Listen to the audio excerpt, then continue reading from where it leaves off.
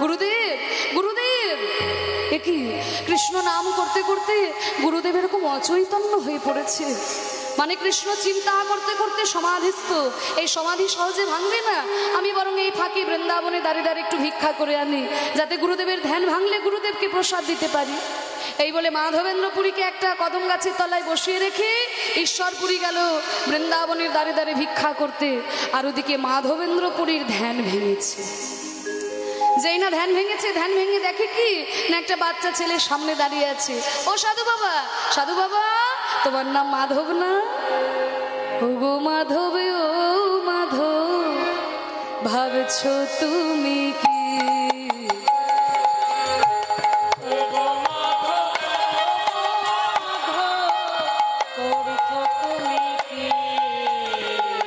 সাধু বাবা, তোমার নাম মাধব না? এই ছেলে, আমার নাম মাধবেন্দ্র। তোকে কে বলেছিল? বলে ওই তো তোমার শিষ্য ঈশ্বরপুরী বৃন্দাবনে দাঁড়িয়ে দাঁড়িয়ে ভিক্ষা করছে আর বলছে গুরুদেবের জন্য প্রসাদ দেবো, তোমরা ভিক্ষা দাও। তা তোমার নাম আমি ওখানে শুনলাম, তুমি চিন্তা করছো আর তোমার জন্য শিষ্য চিন্তা করছে। তা শিষ্যের কথা শুনে ভাবলাম সে তো অনেকগুলো বাড়ি যাবে, অনেক বাড়ি ঘুরে আসতে অনেক সময় লাগবে। তার থেকে আমি একটা কাজ করেছি, মাধবে তোমার লাগি দুগ্ধ ভাণ্ড,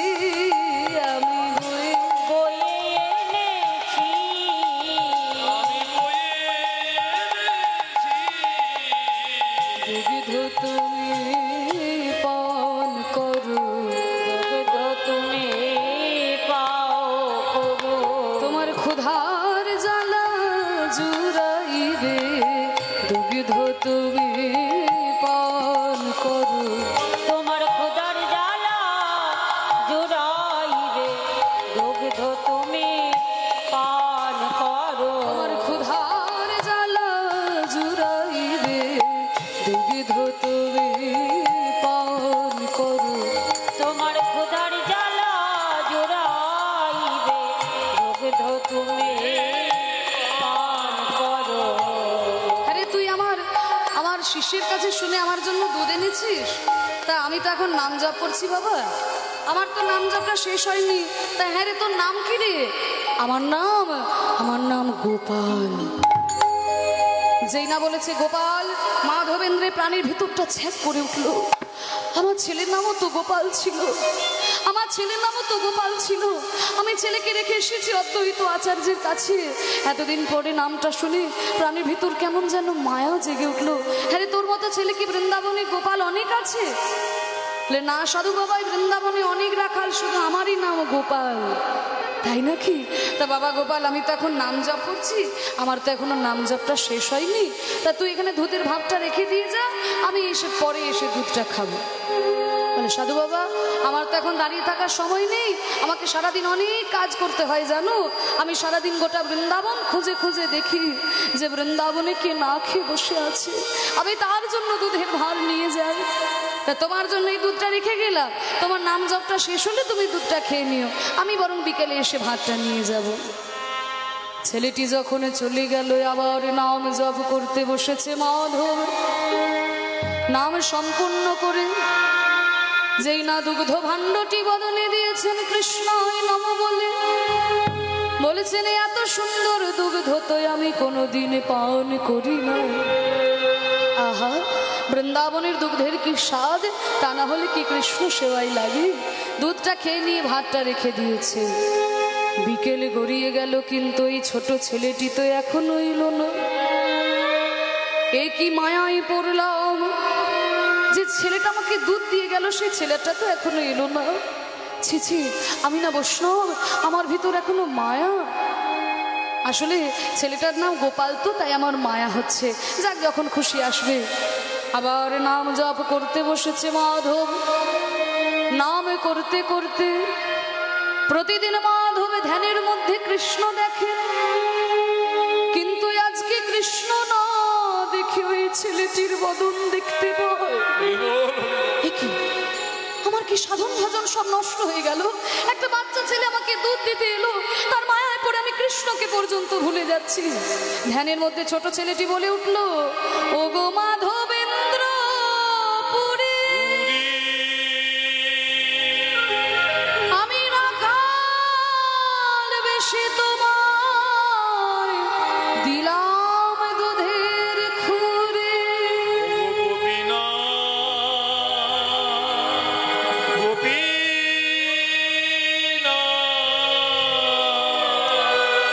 ঠাকুর তুমি কি করলে ঠাকুর? আমি তোমার সেবক, আমি বৃন্দাবনে ছুটে এসেছি তোমার সেবা করার জন্য ঠাকুর। আমি কোথায় তোমার জন্য দুধের ভার বয়ে নিয়ে যাব? তা না, আমি অভুক্ত আছি জেনে তুমি আমার জন্য দুধের ভার বয়ে এনেছো ঠাকুর। এ তোমার কেমন লীলা। ধ্যানের মধ্যে ছোট্ট ছেলে গোপাল বলছে, মাধব তোমাকে দিয়ে আমার অনেক কাজ করাতে হবে। আমি এই বৃন্দাবনের গোপাল, ৪,৫০০ বছর ধরে গোপাল মূর্তি বৃন্দাবনে পুজো হয়েছে। কিন্তু পরবর্তীকালে ভারতবর্ষে যখন জবনদের আক্রমণ হলো, ভক্তরা আমাকে বাঁচানোর জন্য এই বৃন্দাবনের মাটির মধ্যে আমায় পুঁতে রেখেছে। তুমি এসে ওই মাটির ভিতর থেকে আমাকে উদ্ধার করো।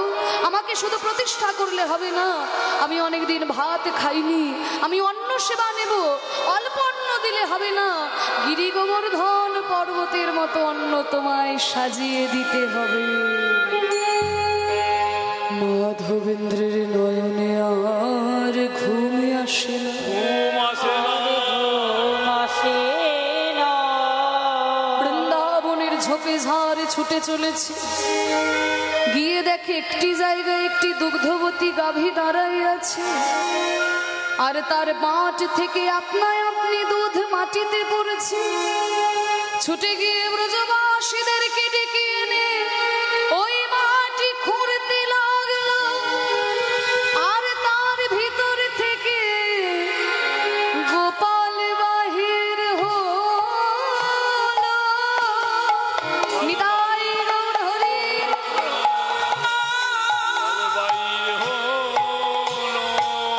বৃন্দাবনের মাটি খুঁড়ে গোপাল বাহির হলো। বৃন্দাবনের মাটি খুঁড়ে গোপাল বাহির হলো। শুরু করে দিলেন মাধবেন্দ্র পুরী পূজা। যে মাধব কোনোদিন কারোর কাছে ভিক্ষা করে নাই, সেই মাধবেন্দ্র পুরী আজকে ভিক্ষার আঁচল পেতেছে। ও গো ব্রজবাসী গো,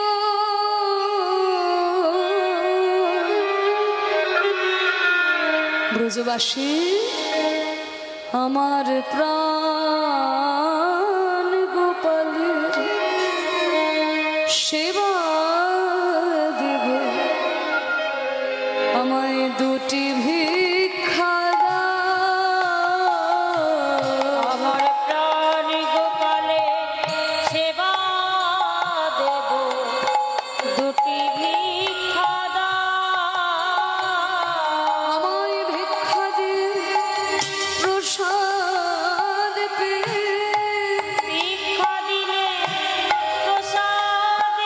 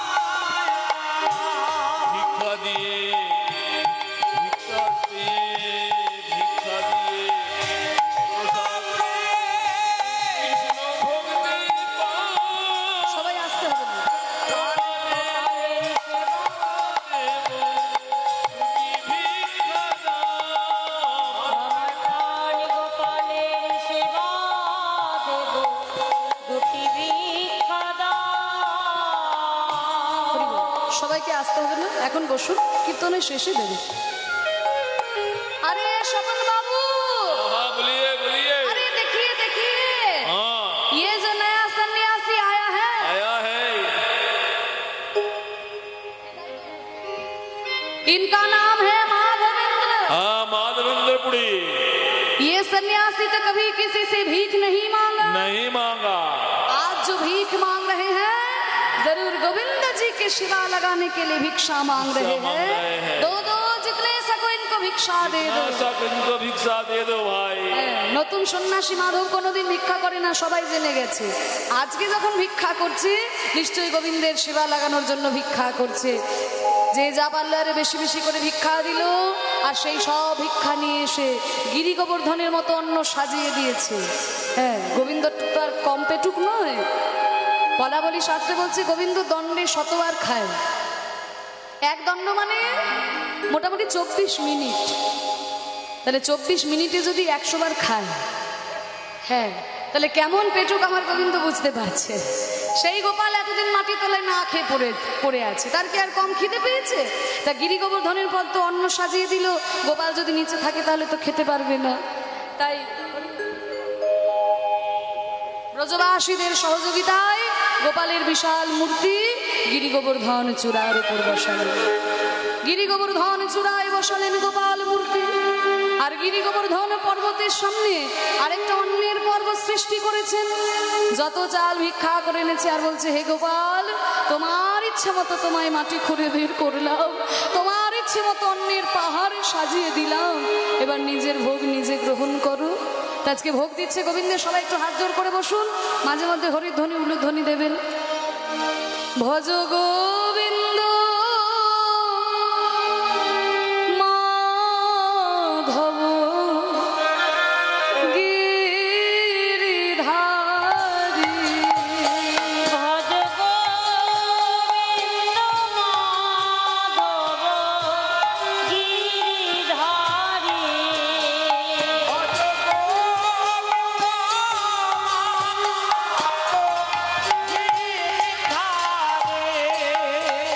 আর গিরিধারী গোবর্ধন ধারী। গিরিধারী গোবর্ধনধারী। প্রেমময় প্রভু বদন হলো ভারী হরি।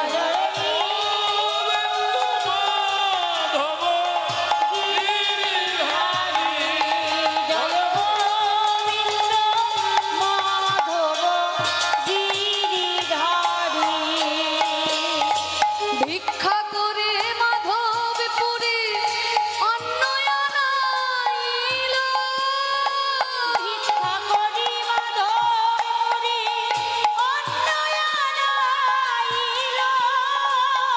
ভিক্ষা করে মাধবপুরে অন্ন আনাইল গো।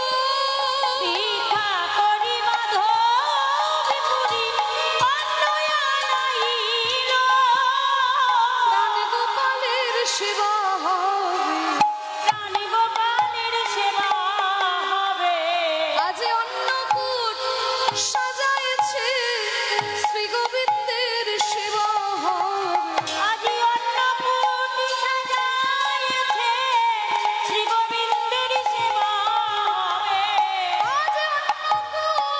সাজাইছে শ্রী গোবিন্দের সেবা হবে।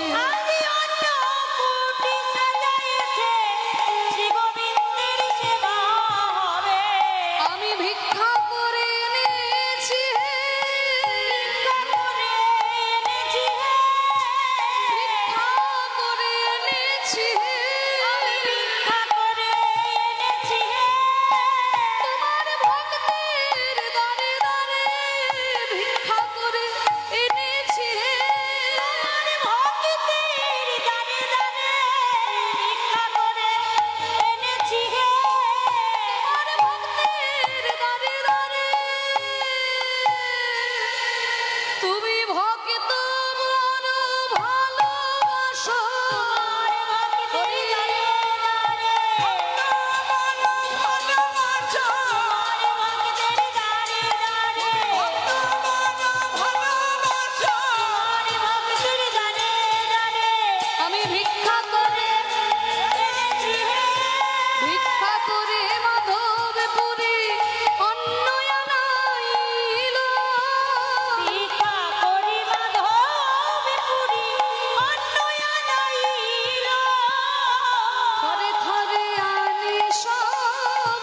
সাজাইয়া দিল হরে হরে গোবিন্দ মাধব গিরিধারী ভজ গোবিন্দ মাধব গিরিধারী শাক শুকতা ভাজি দিল সারি সারি শাক শুকতা ভাজি দিল সারি সারি ভোগের পরে দিল তুলসী মঞ্জরি ভজগর ভোগে দিল তুলসী মঞ্জরি ভজ গোবিন্দ মাধব গিরিধারী দধি দুগ্ধ ঘৃত ঘোল সবে আনাইল দধি দুগ্ধ ঘৃত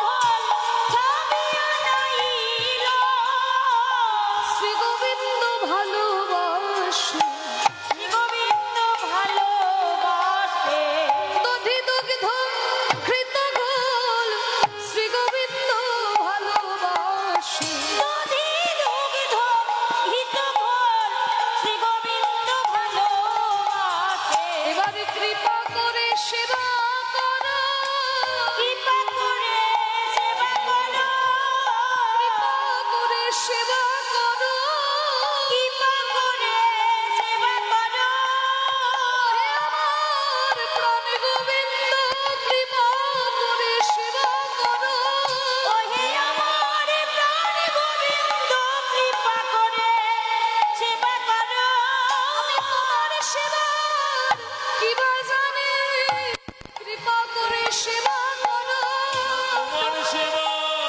কিবা জানি কৃপা করে সেবা করো।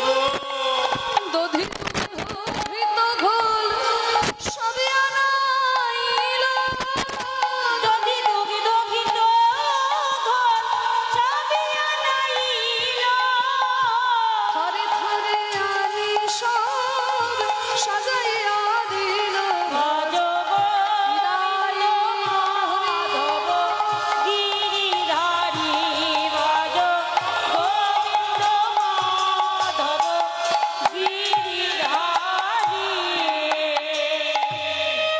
এই না ভোগ দিয়েছে গোবিন্দের যখনই ভোগ দিয়েছে হঠাৎ আকাশ থেকে দৈববাণী হলো মাধব ব্রজবাসীরা সবাই এদিক ওদিক তাকাচ্ছে কোত্থেকে আওয়াজ আসছে আকাশ থেকে আওয়াজ আসছে আমি তোমার অন্নকূট ভোগের সেবায় বড় আনন্দ পেয়েছি মাধব আজ থেকে বিধান হলো প্রতি বৎসর ভক্তগণ এইভাবে অন্নকূটের সেবা আমাকে দেবে তখন থেকে বিভিন্ন জায়গায় অন্নের পাহাড় তৈরি করে গোপালের ভোগ দেওয়া হয় তা পক্ষান্তরে বলে রাখি এই গোপাল মূর্তি কিন্তু আপনারা এখন বৃন্দাবনে গিয়ে গিরি গোবর্ধনের চূড়ার উপর দেখতে পাবেন না যার জন্য কথা প্রচলিত আছে বৃন্দাবনে যাইও না থাকিও চিরকাল না চড়িও গোবর্ধন না হেরিও গোপাল বৃন্দাবনে যাবে কিন্তু চিরকাল থাকবে না গিরি গোবর্ধনে উঠবে না গোপালও দেখবে না বৈষ্ণব শাস্ত্র মতে গিরি গোবর্ধন পর্বতটাই কৃষ্ণ এবার গিরি গোবর্ধনের উপরে ওঠা মানে কৃষ্ণের গায়ের উপরে উঠে পড়া তা যেহেতু গোপাল মূর্তি গিরি গোবর্ধনের ওপর আছে তাই গিরি গোবর্ধনে উঠবে না গোপালও দেখবে না কিন্তু ভক্তদের কষ্ট হয় মাধবেন্দ্রপুরী প্রতিষ্ঠিত গোপাল দেখতে না পারলে পরে তাই পরবর্তীকালে গিরি গোবর্ধনের চূড়া থেকে গোপাল মূর্তি নামিয়ে এনে অন্যত্র সেবা করা হয় বৃন্দাবনে নাথ দুয়ার বলে একটা জায়গা আছে সেই নাথ দুয়ারাতে এখনো এই গোপাল মূর্তি পূজিত হচ্ছে তা সেই গোপালকে পুজো করছে মাধবেন্দ্রপুরী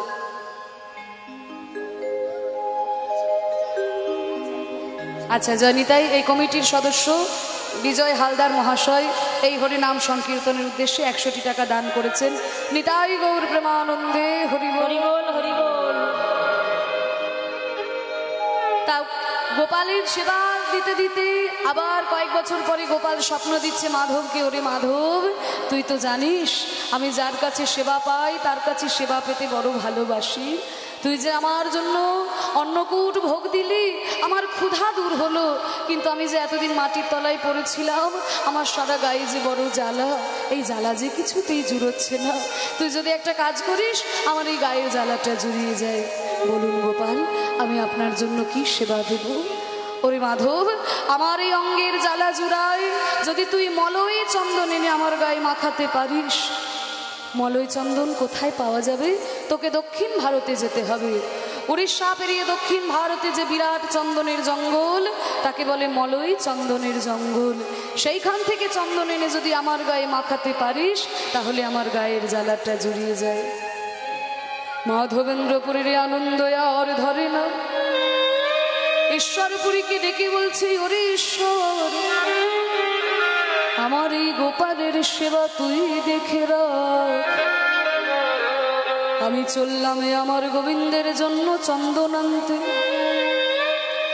কৃষ্ণ অঙ্গে চন্দন মাখাতে আমার রাধা রানীর করে কাঁপে। গোবিন্দ অঙ্গে চন্দন মাখাতে মা যশোমতির করে কাঁপে। সেই কৃষ্ণের গায়ে আমি চন্দন মাখাবো, এ যে আমার সৌভাগ্যের কথা। রাত্রে বিশ্রাম নিচ্ছেন, সকালে বেরোবেন। রাত্রে যখন বিশ্রাম নিচ্ছেন, স্বপ্নে রাধারানী দর্শন দিয়েছেন। কিরে মাধব, তুই কি শুধু কৃষ্ণ ভক্ত নাকি রাধারও ভক্ত? বলে কেন কেন, কৃষ্ণ কি রাধা ছাড়া থাকতে পারে? তুই যে আমার গোবিন্দের জন্য অন্নকূট ভোগ দিলি, আবার আমার গোবিন্দের জন্য চন্দন আনতে যাচ্ছিস দক্ষিণ ভারতে, আমাকে কিছু সেবা দিবি না? বলুন শ্রী রাধে, আপনায় কি সেবা দেব? আমাকে তোকে ভিক্ষা করে সেবা দিতে হবে না। তুই যে আমার গোবিন্দের জন্য চন্দন আনতে যাচ্ছিস, যেতে যেতে আমায় একটা গান শোনাতে শোনাতে চল। মাধবেন্দ্রপুরী বলে, হে রাধে, আমি কি তোমাকে গান শোনাতে পারি? তবে তুমি কৃষ্ণ দর্শনে যেতে গিয়ে যেইভাবে সখীদের দ্বারা সুসজ্জিতা হয়ে গিয়েছিলে, সেই অভিসারিণী রাধারানীর বর্ণনা আমি যেমন পারবো তেমন গাইব। তাই রাধারানীর বর্ণনা দিচ্ছেন, রূপের বর্ণনা, চরণ থেকে একেবারে মস্তক পর্যন্ত বর্ণনা। সখীরা সুন্দর করে রাধারানীকে সাজিয়ে দিয়েছে। শোভাটি কেমন হয়েছে? আরে কি বা সাজালো ধনী চন্দ্রবদনী, শ্যামদরস আসে রে।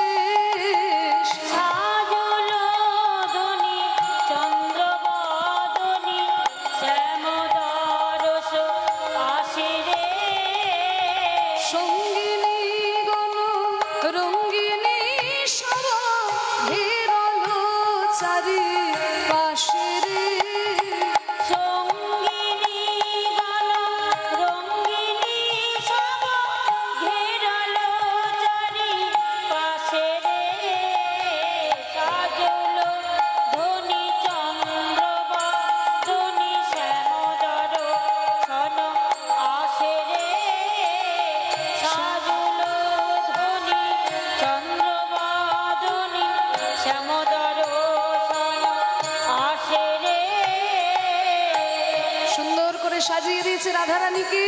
এবার চরণ থেকে বর্ণনা দিচ্ছে। রাধারানীর চরণটি কেমন? তরুণারুণ চরণ যুগল, অরুণারুণ চরণ যুগল, মঞ্জরিত হি শোভে। অরুণারুণ চরণ যুগল, মঞ্জুরিত হে শোভে। রাধারানীর চরণটি কেমন? তরুণারুণ চরণ যুগল। তরুণারুণ, তরুণ মানে নবকিশোর, অরুণ মানে হচ্ছে সূর্য। দেখবে সকালবেলায় যে লাল টকটকে সূর্য আকাশে উদিত হয়, তার যে লাল ভাবটা, আমার রাধারানীর পায়ের তলাটা যেন ঠিক সেই রকম। তরুণারুণ চরণ যুগল, অরুণারুণ চরণ যুগল, মঞ্জিরত হে শোভে। মঞ্জিরত হে শোভে। আবার ভৃঙ্গাবলী পুঞ্জ পুঞ্জ, বৃন্দাবলী কুঞ্জ কুঞ্জ, বৃন্দাবলী কুঞ্জ কুঞ্জ, কুঞ্জরে মধুলোভে। কুঞ্জরে মধুলোভে, কুঞ্জরে মধুলোভে, কুঞ্জরে মধুলোভে। রাধারানীর পায়ের চারপাশে কালো কালো ভ্রমর বন বন বন বন বন বন বন বন বন বন বন বন করে ঘুরে বেড়াচ্ছে। আসলে ভ্রমর রাধারানীর পায়ের চারপাশে আজকে কেন ঘুরছে? আমরা তো দেখি, ও মা, ভ্রমর দেখেছো তো? ভ্রমর দেখেছো? ও ঠাকুমা কেমন ঘুমিয়ে পড়েছে, দেখো, ওটো। হ্যাঁ, ভ্রমর দেখেছো? সেই সকাল থেকে বসে আছে। ভ্রমর দেখেছো তো? বলে দেখবো না, রাত দুপুরে ঘুম থেকে তুলুন। ভ্রমর দেখেছো? ছোটবেলা থেকে ভ্রমর দেখে থেকে বড় হল, একবার যদি হুল ফুটিয়ে দেয় তো বুঝতে পারবে, তাই না?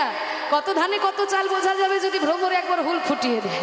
তা ওই যে কালো কালো ভ্রমর ফুলের চারপাশে বনবন করে ঘুরে বেড়ায়, আজকে রাধারানীর পায়ের চারপাশে ঘুরে বেড়াচ্ছে।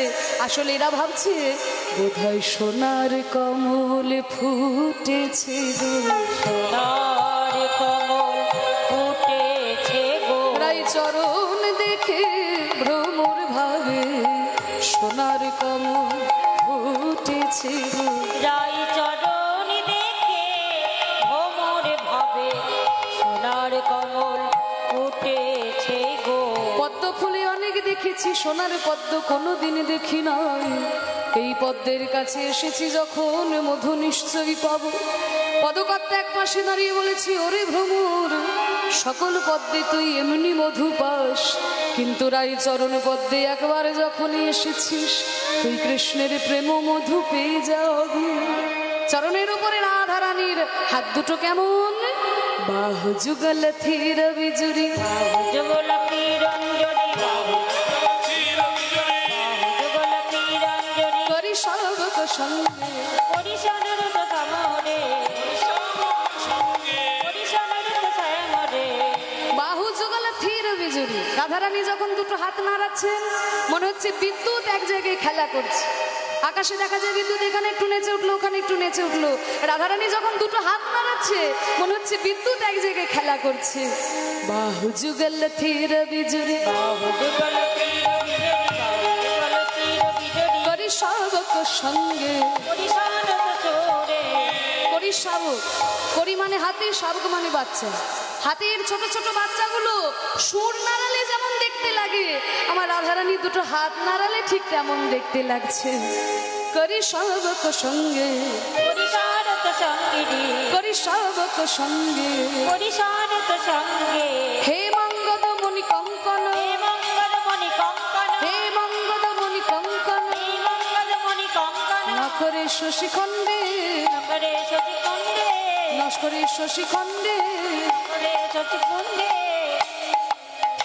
যেন 10 চাঁদের উদয় হয়েছে। 10 চাঁদের উদয় হয়েছে, 10 নখ দেখে মনে হয় যেন 10 চাঁদের উদয় হয়েছে। 10 নখ দেখে মনে হয় যেন 10 চাঁদের উদয় হয়েছে। কুম্ভে কুম্ভে যিনি নিতম্ব, কুম্ভে বিনীলতম্ব,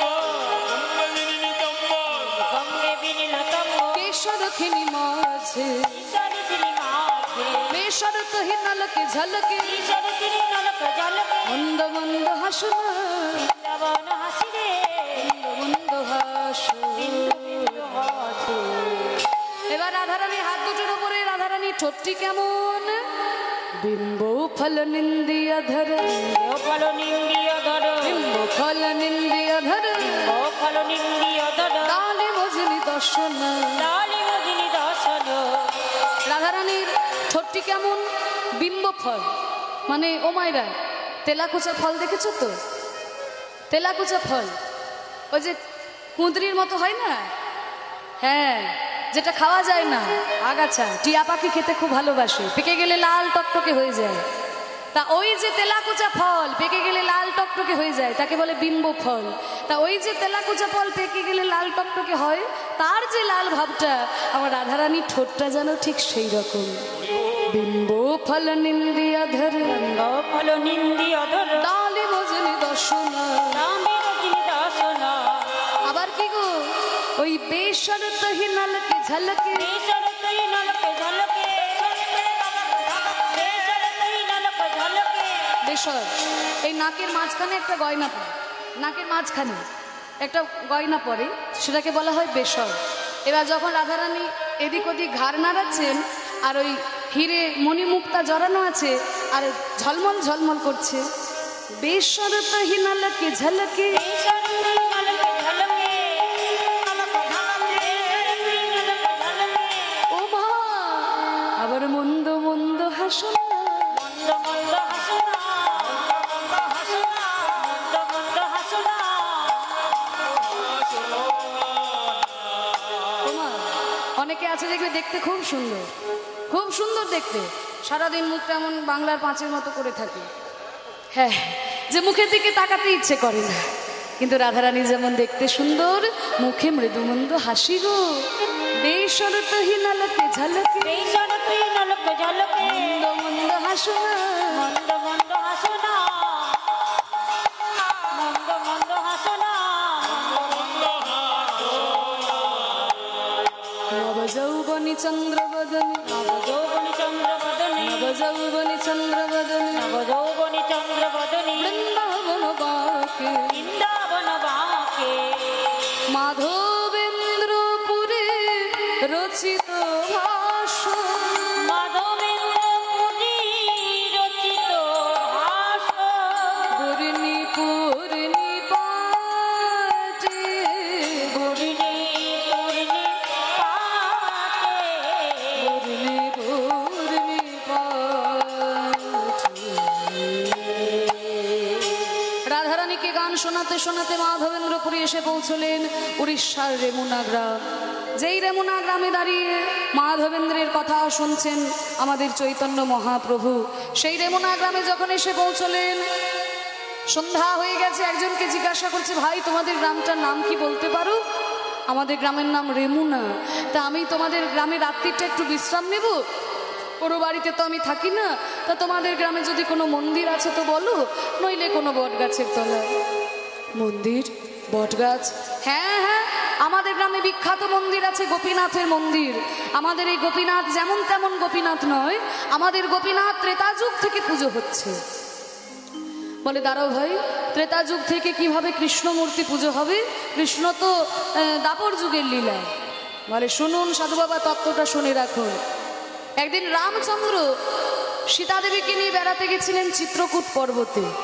হ্যাঁ, গিন্নিকে নিয়ে সবাই বেড়াতে যায় না, আজকাল আবার নতুন নাম রেখেছে বাবা, হানিমুন। আদৌ মূল কথা হচ্ছে গিন্নিকে নিয়ে বেড়াতে যায়। এবার রামচন্দ্র সীতা দেবীকে নিয়ে বেড়াতে গেছেন চিত্রকূট পর্বতে। এই পর্বতের উপরে উঠে দেখাচ্ছে, ওই দেখো সীতা কত সুন্দর পাহাড়, ওই দেখো কত সুন্দর নদী, ওই দেখো ফুলের বাগান। সীতা দেবী কোনো দিকেই তাকাচ্ছেন না। কি ব্যাপার সীতা, তোমার যেন মন উঠছে না কিছুতে? বলে আমার একটা মনের ইচ্ছা আছে প্রভু। আরে তোমার ইচ্ছা পূর্ণ করার জন্যই তো তোমাকে নিয়ে বেড়াতে এসেছি। বলে প্রভু, আমি বড় বড় মুনি ঋষিদের মুখে শুনেছি তুমি নাকি এ যুগে নও, যুগে যুগে জগতের কল্যাণে অবতীর্ণ হও। তা এটা তো ত্রেতা যুগ, এর আগামী হবে দাপর যুগ। তা সেই যুগে তুমি কোন রূপে আসবে? ওই রূপটা যদি আমায় দেখাতে আমার জীবনটা ধন্য হতো। ও তুমি আমার রূপ দর্শন করতে চাও? এ আর কি এমন কথা, আগামী দাপর যুগে আমিও আসবো, আমার সঙ্গে তুমিও আসবে। তাহলে দেখো কোন রূপে আমি আসবো। এই বলে রামচন্দ্র রূপ ছেড়ে দিয়ে কৃষ্ণমূর্তি ধারণ করে দাঁড়িয়েছেন রামচন্দ্র। যেই না কৃষ্ণরূপ ধারণ করে দাঁড়িয়েছেন, সীতা দেবী সেই মূর্তি দেখে প্রণাম করছেন। এমন সময় হয়েছে কি জানেন, দূরে দাঁড়িয়েছিল বিশ্বকর্মা। বিশ্বকর্মা দূরে দাঁড়িয়েছিল। পর্বত তো আনাচে কানাচে অনেক কালো পাথর আছে, তাড়াতাড়ি একটা কালো পাথর নিয়ে এসে ওই যে রামচন্দ্র কৃষ্ণ হয়ে দাঁড়িয়েছে, ধীরে ধীরে ওই কালো পাথরের মধ্যে আঁকতে শুরু করেছে। কৃষ্ণমূর্তি আঁকা হয়ে গেল, তবুও কৃষ্ণ হয়ে দাঁড়িয়ে আছে। তখন বিশ্বকর্মা করলেন কি, কৃষ্ণমূর্তিটার গোড়ায় আবার যেমন রাম সীতাকে দর্শন করছিলেন, ওই রাম সীতার মূর্তিটা এঁকে ফেললেন। শুনলেন সাধু বাবা, এই হচ্ছে আমাদের গোপীনাথের ইতিহাস। আমাদের গোপীনাথ ত্রেতা যুগ থেকে পুজো হচ্ছে। আর এই গোপীনাথকে আমরা এমন একটা ভোগ দিই, সারা ভারতবর্ষে কোথাও এমন ভোগ হবে না। কিরকম ভোগ? এই ভোগ একদম শুদ্ধ ক্ষীর, এত সুন্দর করে তৈরি করা হয়। 12টি মাটির মালসায় আমরা ক্ষীরের প্রসাদ নিবেদন করি। এই ক্ষীরের প্রসাদের আমরা নতুন নাম রেখেছি অমৃত কেলি। এই অমৃত কেলি প্রসাদ একমাত্র আমাদের রেমুনা গ্রামে পাবেন, অন্য কোথাও পাবেন না। মাধবেন্দ্রের আনন্দ ধরে না। সন্ধ্যাবেলায় তাহলে আমিও আরতি দেখব, আরতি দেখার পরে নিশ্চয়ই আমাকেও প্রসাদ দেবে। আরতি হওয়ার সময় শত শত ভিড় হলো মন্দিরে, আরতি দর্শন করছে সবাই। সবাই ঠেলাঠেলি করে আগে গিয়ে প্রসাদ নিয়ে নিচ্ছে। মাধবেন্দ্রপুরী তো কাউকে ঠেলাঠেলি করতে পারে না, সবার পিছনে দাঁড়িয়ে আছে। আরতি শেষে 12টি মাটির মালসা, একটি একটি করে মাটির মালসা থেকে ক্ষীরের প্রসাদ নিয়ে ঠাকুর মশাই সবাইকে দান করছে। আর প্রসাদ দিতে দিতে সবাই ঠেলাঠেলি করে আগে গিয়ে প্রসাদ নিয়ে নিচ্ছে। মাধব প্রসাদ নিতে পারছে না। ধীরে ধীরে মাটির মালসাগুলো সব শেষ হয়ে আসতে লাগলো। আস্তে আস্তে মন্দিরের দরজা বন্ধ হয়ে গেল। ঠাকুর, তোমার কি ইচ্ছা তুমি জানো ঠাকুর। আপন ইচ্ছায় জীব কোটি বাঞ্ছা করে, কৃষ্ণ ইচ্ছা বিনা এক বাঞ্ছা নাহি পুরে। আমি ভেবেছিলাম অমৃত কেলি ভোগ আমি একটু চেখে দেখবো, না না, নিজের জন্য নয়, যদি ভালো লাগতো আমার বৃন্দাবনের গোপালকে আমি অমৃত কেলি ভোগ দিতাম। কিন্তু ছিছি, আমি না বৈষ্ণব, আমার ভিতরে লোভ, এই লোভ আমার ত্যাগ করা উচিত। এক পা দু পা করে একটা বট গাছের তলায় গিয়ে বসেছে। আর ওদিকে কি হয়েছে জানো মা? ওদিকে অর্ধ রজনীতে গোপীনা গোপীনা ওই মন্দিরের পূজারীকে স্বপ্ন আদেশ দিয়ে বলে, স্বপ্ন আদেশ দিয়ে বলে, ওগো ব্রাহ্মণ তুমি জেগে বসো। ঠাকুর মশাই, ঠাকুর মশাই, কি কি? আমি তোমার মন্দিরের গোপীনাথ। গোপীনাথ? গোপীনাথ কোথায় গোপীনাথ? আজকে তোমাদের বড় ভাগ্য ভালো, তোমাদের রেবুনা গ্রামে আমার পরম বৈষ্ণব ভক্ত এসেছে মাধব। ভিড়ের মাঝে সবাইকে প্রসাদ দিতে গিয়ে তুমি আমার মাধবকে প্রসাদ দিতে পারবে না আমি জানতাম। কারণ মাধব যে আমার এমন ভক্ত, ও যে কারোর কাছে কিছু চেয়ে খেতে জানে না। সবাইকে প্রসাদ দিতে গিয়ে তুমি আমার মাধবকে প্রসাদ দিতে পারবে না আমি জানতাম। তাই আমি কি করেছি জানো? ওই 12টি মাটির মালসার মধ্যে একটি মাটির মালসা আমি আমার ওড়নার তলায় লুকিয়ে রেখেছি। তুমি এসে ওই ওড়নার তলা থেকে মাটির ক্ষীরের মালসা নিয়ে আমার মাধবকে দান করো। যেই না এই কথা বলেছে, ঠাকুর মশাই তো মাথায় হাতে সর্বনাশ। আমি প্রসাদ দিতে গিয়ে আমার মনে হলো যেন 11টি মালসা রয়েছে। আমি তো ভালো করে গুনে দেখিনি। তাহলে কি সত্যি গোপীনাথ চুরি করে লুকিয়ে রেখেছে? ছুটে গিয়ে যেই না মন্দিরের দরজাটিকে খুলেছে, দেখে কি না পদ্ম ফুলের গন্ধে সারা মন্দির মোহমোহ করছে। আর গোপীনাথের চাদরের তলায়, গোপীনাথের ওড়নার তলায় একটা ক্ষীরের মালসা লুকানো রয়েছে। ওই মালসাকে বুকে জড়িয়ে ধরে বলে, ওগো গোপীনাথ, আমি সারা জীবন তোমার চরণে পুজো করিলাম, কোনোদিন তো কারোর জন্য তুমি ক্ষীর চুরি করো না। আরে কোন বৈষ্ণব এসেছে মাধবেন্দ্র, তার জন্য তুমি ক্ষীর চুরি করে ওড়নার তলায় লুকিয়ে রেখেছ। ক্ষীরের মালসাটিকে মাথায় তুলে নিয়ে ওই রেবনার পথে পথে যাচ্ছে আর বলছে, ওগো কে আছো দেখা দাও মাধবেন্দ্র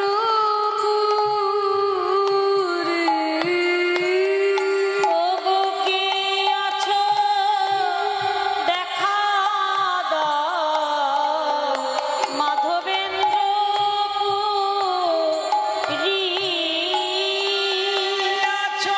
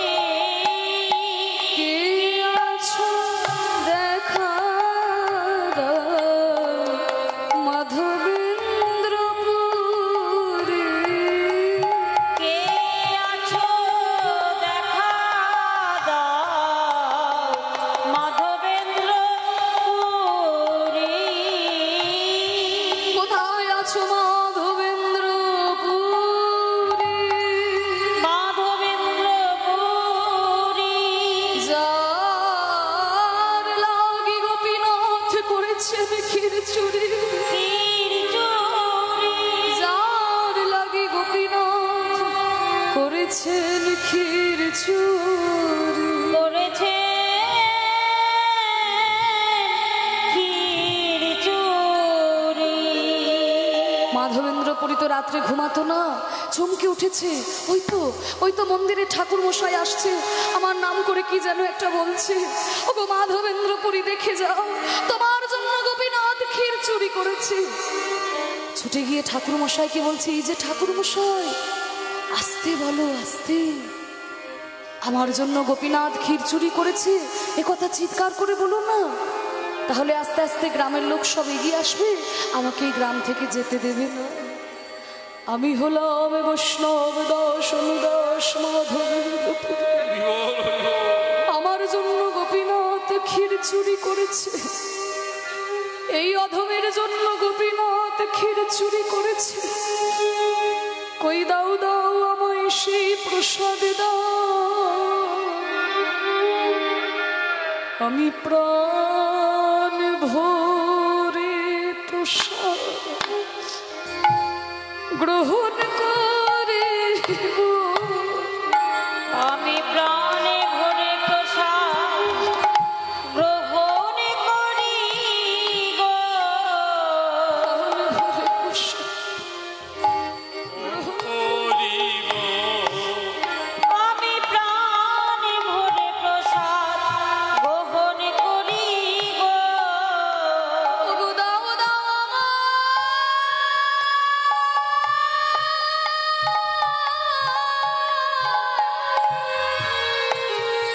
দাও দাও আমায়, গোবিন্দের প্রসাদ দাও গো,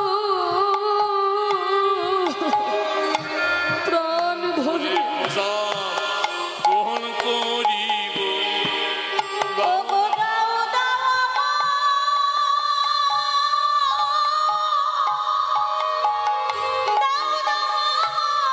প্রসাদ দাও গো। আমি প্রাণে ভরে প্রসাদ গ্রহণ করি গো। ধীরে ধীরে ক্ষীরের মালসহ থেকে প্রসাদ নিয়ে গ্রহণ করেছে। আহা, এত সুন্দর ক্ষীরের প্রসাদ আমি তো কোনোদিন গ্রহণ করি নাই। এত সুন্দর প্রসাদ না হলে কি গোবিন্দ সেবায় লাগে? ক্ষীরটাকে খেয়ে নিয়ে ওই মাটির মালসাটাকে বুকে জড়িয়ে ধরেছে। ওরে মাটির খুঁড়ি, তোর কত ভাগ্য, স্বয়ং গোপীনাথ তোকে নিজের হাতে স্পর্শ করে চাদরের তলায় লুকিয়ে রেখেছি। তুই যখন আমার গোপীনাথের পরশ পেয়েছিস, তুই তো মহাপ্রসাদ। আমি যেমন ক্ষীরটা প্রসাদ জ্ঞানে গ্রহণ করলাম, এই মাটির খুঁড়িটাকেও তো আমি ছাড়বো না।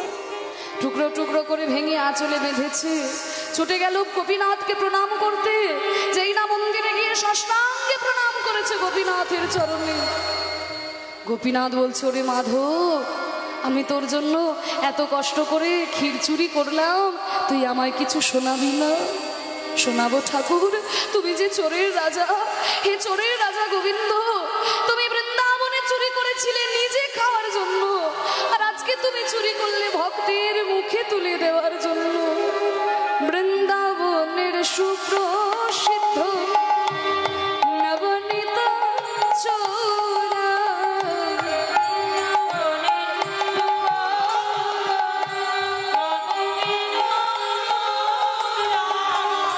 হরে ব্রজাঙ্গনা দুকুলস্য চোরা,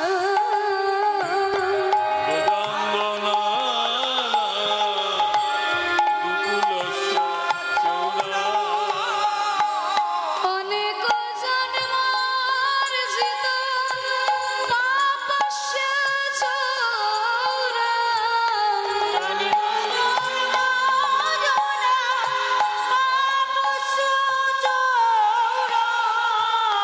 চৌরাজ্ঞ গম্য পুরুষং নতোস্মি, পুরুষং নতোস্মি, শ্রীরাধিকায় হৃদয়স্য চোরং, শ্রীরাধিকায়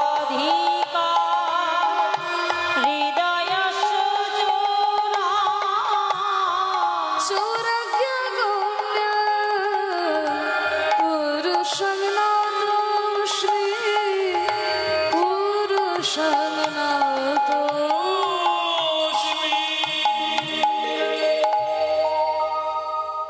গোপীনাথকে প্রণাম জানিয়ে রাত্রের অন্ধকারে বেরিয়ে পড়লেন দক্ষিণ ভারতের উদ্দেশ্যে।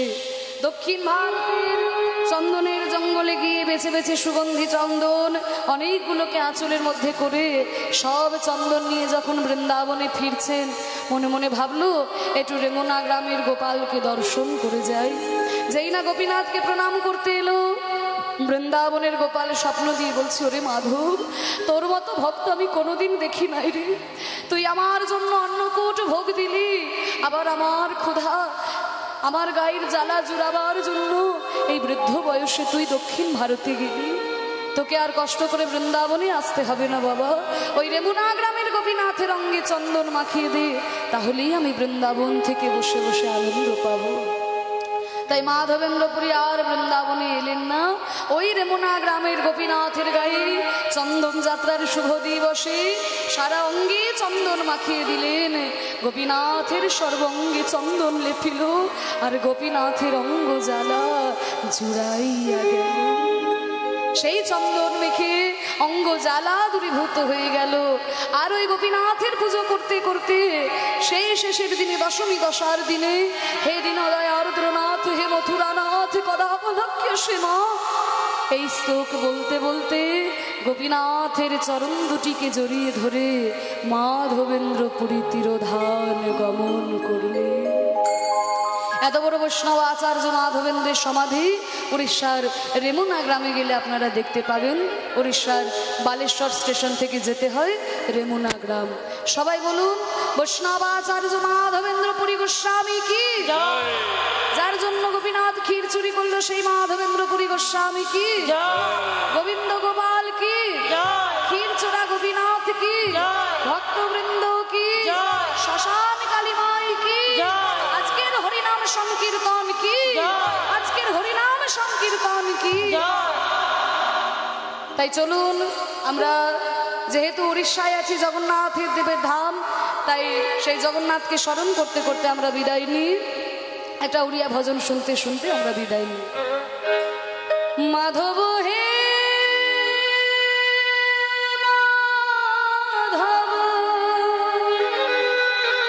মাধব, হে মাধব,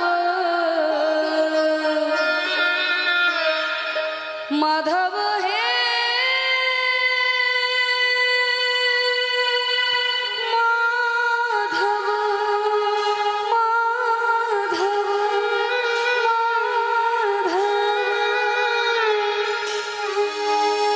মাধব, হে মাধব, মাধব,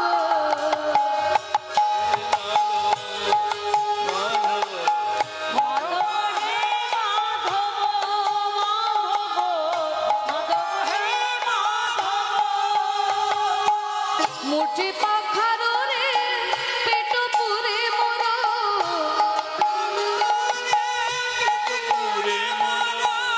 মুঠি পাখার রে পেট পুরে মোর,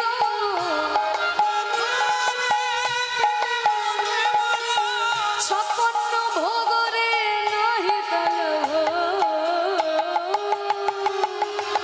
মাধব হে মাধব, মাধব,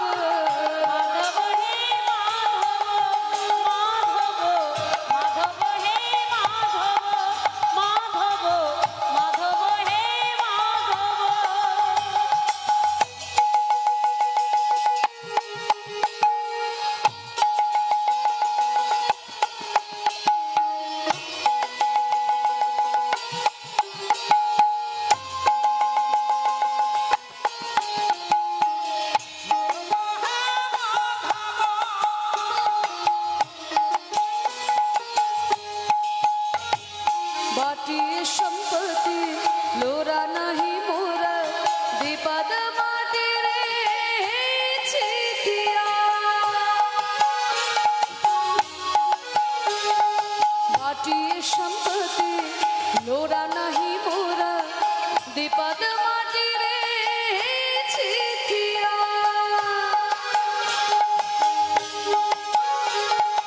যেটুকু দেউছো সেটুকুরে শান্তি বেশি আর কিছু মাগুনি থিহা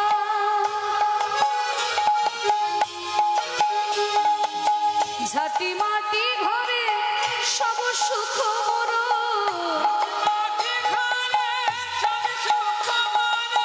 ঝাঁটি মাটি ঘরে সব সুখ মোর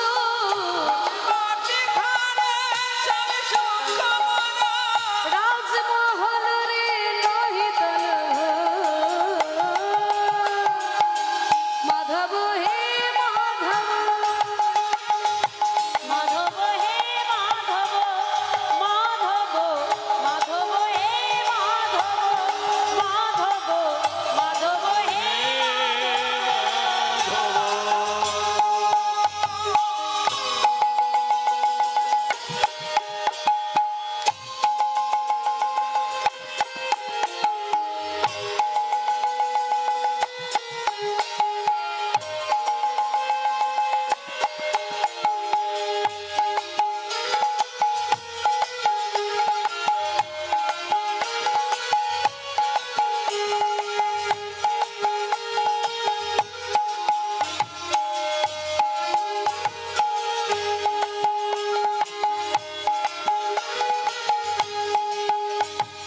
बाटी संपत्ति लोरा नहीं मोरा दीपद माटी रे छिथिया যেটুকু দেউছো সেটুকু রে শান্তি বেশি আর